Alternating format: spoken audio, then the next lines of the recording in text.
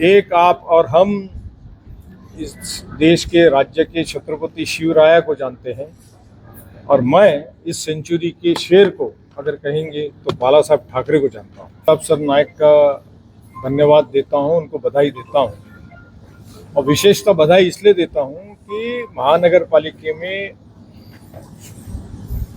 जो राजनीतिक पार्टी जो सत्ता में थी बीजेपी, उन्होंने ये कलादान होना नहीं चाहिए, इसके लिए सब कुछ प्रयास उन्होंने किया।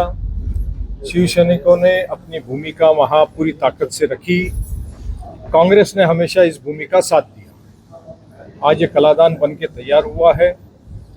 मेरे वालिद श्री सैयद नज़र हुसैन साहब का, आदरणीय हिंदू हृदय सम्राट बाला साहब ठाकरे साहब का और उस वक्त के मुस्लिम लीग के लीडर गुलाम महमूद बनातवाला साहब की जो तस्वीर यहाँ लगाई गई है, वो एक शहर की संगे बुनियाद, मीरा रोड में नया नगर की संगे बुनियाद की 1979 की तस्वीर है।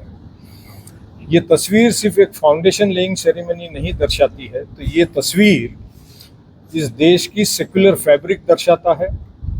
आदरणीय बाला साहब ठाकरे की विचारधारा बताता है कि वो दिल से और अपने विचारों से वो एक सेक्युलर थे।